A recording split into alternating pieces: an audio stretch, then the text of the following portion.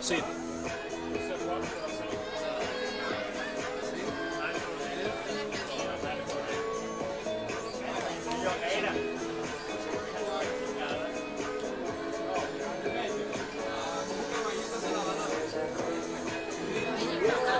Attenzione, c'è un annuncio squalifica relativo a questa prima serie appena conclusa. L'atleta in corsia 4, Serena Mometto, è stata squalificata per virata irregolare e quindi a vincere i 200 rana femminili è Matilde Cerchier con 2:39,34. Seconda sale Giulia Pegorin con 2:39,96 e sale in terza posizione Rita Soldati con 2:41,51. Questo dunque l'epilogo della rana femminile con la squalifica di Serena Mometto.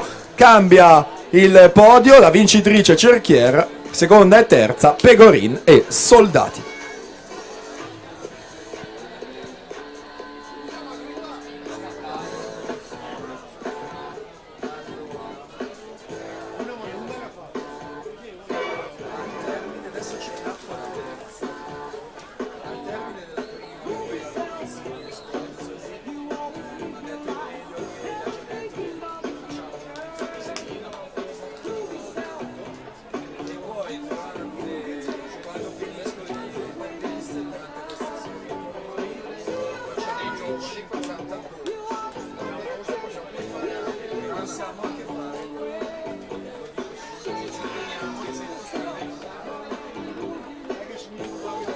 Attenzione, io ricordo per quanto riguarda le premiazioni dei 50 dorso verranno effettuate al termine dei 200 rana maschili, quindi tra due serie effettueremo le premiazioni dei 50 dorso e a seguire anche le premiazioni dei 200 rana, quindi invito gli atleti a presentarsi per tempo in zona podio al termine dei 200 rana maschili. Premiazioni dei 50 dorso e a seguire premiazioni anche dei 200 rana.